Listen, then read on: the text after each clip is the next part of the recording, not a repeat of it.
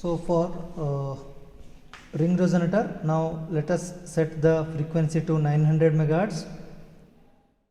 Since some problem with this arrangement, so let us start our readings from 930 megahertz, where we can see 104.7 dB microvolt is our 104.7 dB microvolt is our power level. Now next move on to the 960, which is the reading is now 105.3.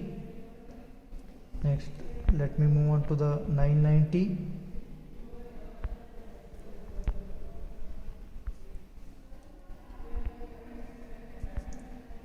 so it is approximately 105.8 for 990. Next let me move on to 1020, so it is 106.2 for 1050. In between 1020 and 50 we are expected to have the resonance, so let me slowly move to the 1030 now, and corresponding reading what we have is for 1030 megahertz is 106.5, and then 1040 it is 106.8,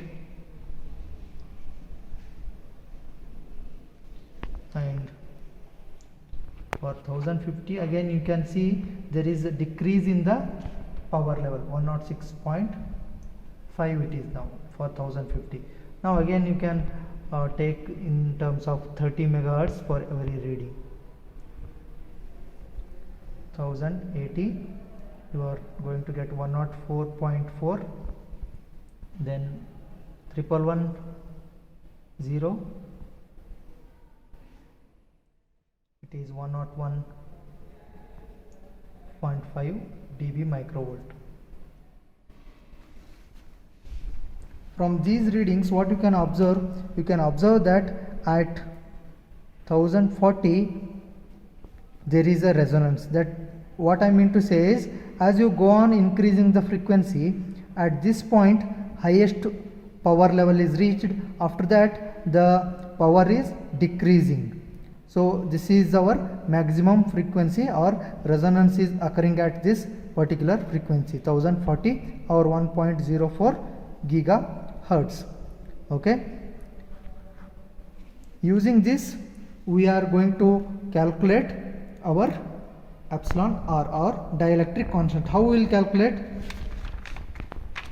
We will initially assume epsilon r and calculate epsilon effective, and we substitute this the effective dielectric constant in the different parameters of the ring resonator, and then finally we will arrive at a result getting the frequency. Okay, if this frequency is matching with the frequency which we have measured through this particular resonance, then we can say that the assumed epsilon r is correct. If it is more than the frequency what we are getting here is more than the observed frequency, then we have to reduce epsilon r, because as you can see E effective is inversely proportional, so we will have to reduce. If it is the frequency is less, then we have to increase epsilon r, and again we have to measure and get the readings. Okay, and if the frequency measured is nearer to 1040 or 1.04 gigahertz, then we will stop our calculation and we will consider the assumed epsilon r as our dielectric constant of the ring resonator.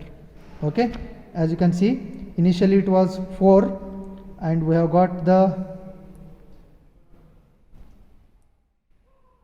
frequency as this one,